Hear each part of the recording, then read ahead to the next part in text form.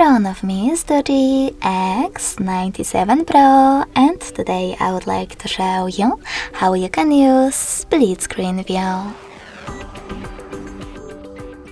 You need to start by opening an app that you wish to use on the top half of your screen, like Play Store. When you're ready, select Background Apps. In order to do that with Tricky's navigation, click on this button at the bottom left corner. Now tap on the icon of your app and click on Split Screen. Lastly, just tap on the other one, in my case Chrome.